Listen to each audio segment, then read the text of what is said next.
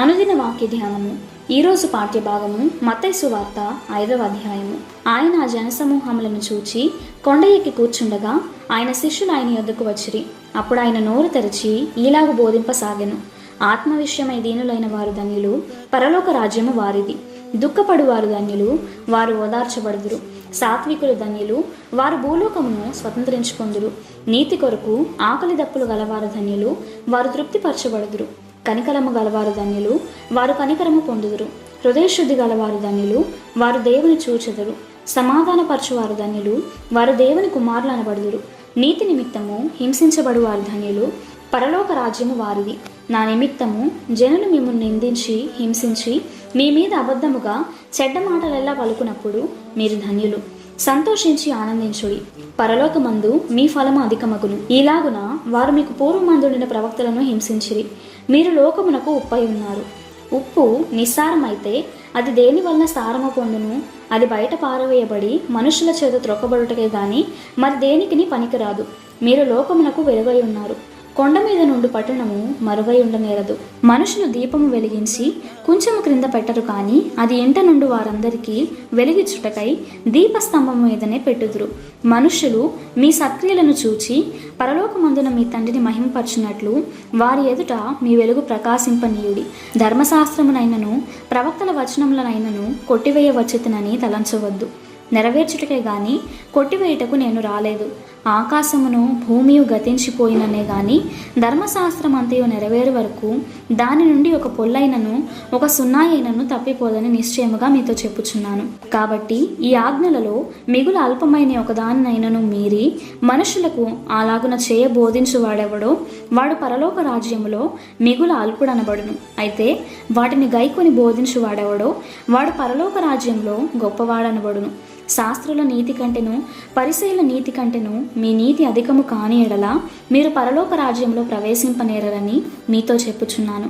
నరహత్య చేయవద్దు, నరహత్య చేయువాడు విమర్శకు లోనగునని పూర్వీకులతో చెప్పబడిన మాట మీరు విన్నారు కదా. నేను మీతో చెప్పున్నదేమనగా, తన సహోదరుని మీద కోపపడు ప్రతివాడు విమర్శకు లోనగును. తన సహోదరుని చూచి వ్యర్థుడా అని చెప్పువాడు మహాసభకు లోనగును. ద్రోహి అని చెప్పువాడు నరకాగ్నికి లోనగును. కావున నీవు బలిపీఠమునొద్ద అర్పణమును అర్పించుచుండగా నీ మీద నీ సహోదరునికి విరోధమేమైనను కలదని అక్కడ నీకు జ్ఞాపకము వచ్చిన ఎడల అక్కడ బలిపీఠం ఎదుటనే నీ అర్పణము విడిచిపెట్టి మొదట వెళ్ళి నీ సహోదరునితో సమాధానపడుము. అటు తర్వాత వచ్చి నీ అర్పణమును అర్పింపుము. నీ ప్రతివాదితో నీవున్న త్రోవలో ఉండగానే త్వరగా వానితో సమాధానపడుము. లేని ఎడల ఒకవేళ నీ ప్రతివాది నిన్ను న్యాయాధిపతి అప్పగించును, న్యాయాధిపతి నిన్ను బంట్రోతుకు అప్పగించును. అంతటా నీవు చెరసాలలో వేయబడదు. కడపటి కాసు చెల్లించు వరకు అక్కడ నుండి నీవు వెలుపలికి రానేరవని నీతో నిశ్చయముగా చెప్పుచున్నాను. వ్యభిచారము చేయవద్దని చెప్పబడిన మాట మీరు విన్నారు కదా.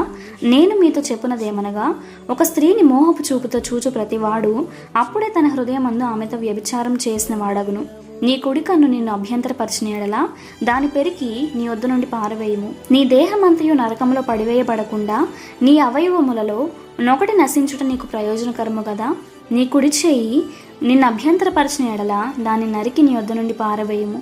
నీ దేహమంతయు నరకములో పడకుండా నీ అవయవములలో ఒకటి నశించుట నీకు ప్రయోజనకరము కదా. తన భార్యను విడనాడువాడు ఆమెకు పరిత్యాగ పత్రిక ఇవ్వవలనని చెప్పబడి ఉన్నది కదా. నేను మీతో చెప్పున్నదేమనగా, వ్యభిచార కారణమును బట్టి కాక తన భార్యను విడనాడు ప్రతి వాడును ఆమెను వ్యభిచారిణిగా చేయుచున్నాడు. విడనాడబడిన దాన్ని పెండ్లాడువాడు వ్యభిచరించుచున్నాడు. మరియు నీవు అప్రమాణము చేయక నీ ప్రమాణములను ప్రభువుకు చెల్లింపవలని పూర్వీకులతో చెప్పబడిన మాట మీరు విన్నారు కదా. నేను మీతో చెప్పునదేమనగా, ఎంత మాత్రమూ ఒట్టు పెట్టుకొనవద్దు. ఆకాశము తోడనవద్దు, అది దేవుని సింహాసనము. భూమి తోడనవద్దు, అది ఆయన పాదపీఠము. యెరూషలేము తోడనవద్దు, అది మహారాజు పట్టణము. నీ తల తోడని ఒట్టు పెట్టుకొనవద్దు. నీవు ఒక వెంట్రుకనైనను తెలుపుగా గాని నలుపుగా గాని చేయలేవు. నీ మాట అవునంటే అవును, కాదంటే కాదు అని ఉండవలెను. వీటికి మించినది దుష్టుని నుండి పుట్టునది. కంటికి కన్ను పంటికి పన్ను అని చెప్పబడిన మాట మీరు విన్నారు కదా. నేను మీతో చెప్పున్నదేమనగా, దుష్టుని ఎదిరింపక నిన్ను కుడి చెంప మీద కొట్టువాని వైపునకు ఎడమ చెంప కూడా త్రిప్పుము. ఎవడైనా నీ మీద వ్యాజ్యము వేసి నీ అంగీ తీసుకొనగోరిన ఎడల వానికి నీ పై వస్త్రము కూడా ఇచ్చివేయుము. ఒకడు 1 మైలు దూరం రమ్మని నిన్ను బలవంతం చేసిన ఎడల వానితో కూడా 2 మైళ్ళు వెళ్ళుము. నిన్ను అడుగువానికిమ్ము, నిన్ను అప్పు అడగగోరు వాని నుండి నీ ముఖము త్రిప్పుకొనవద్దు. నీ పొరుగువాని ప్రేమించి నీ శత్రువును ద్వేషించుమని చెప్పబడిన మాట మీరు విన్నారు కదా. నేను మీతో చెప్పునదేమనగా, మీరు పరలోకమందున్న మీ తండ్రికి కుమారులై ఉండునట్లు మీ శత్రువులను ప్రేమించుడి, మిమ్మును హింసించు వారి కొరకు ప్రార్థన చేయుడి. ఆయన చెడ్డవాని మీదను మంచివాని మీదను తన సూర్యుని ఉదయింపచేసి నీతిమంతుల మీదను అనీతిమంతుల మీదను వర్షము కురిపించుచున్నాడు. మీరు మిమ్మును ప్రేమించు వారినే ప్రేమించిన ఎడల మీకేమి ఫలము కలుగును? సుంకర్లను అలాగే చేయుచున్నారు గదా. మీ సహోదరులకు మాత్రము వందనము చేసిన ఎడల మీరు ఎక్కువ చేయుచున్నదేమి? అన్యజనులను అలాగూ చేయుచున్నారు గదా. మీ పరలోకపు తండ్రి పరిపూర్ణుడు గనుక మీరును పరిపూర్ణులుగా ఉండెదరు. ఇంతటితో ఈ దిన పాఠ్యభాగము సమాప్తము.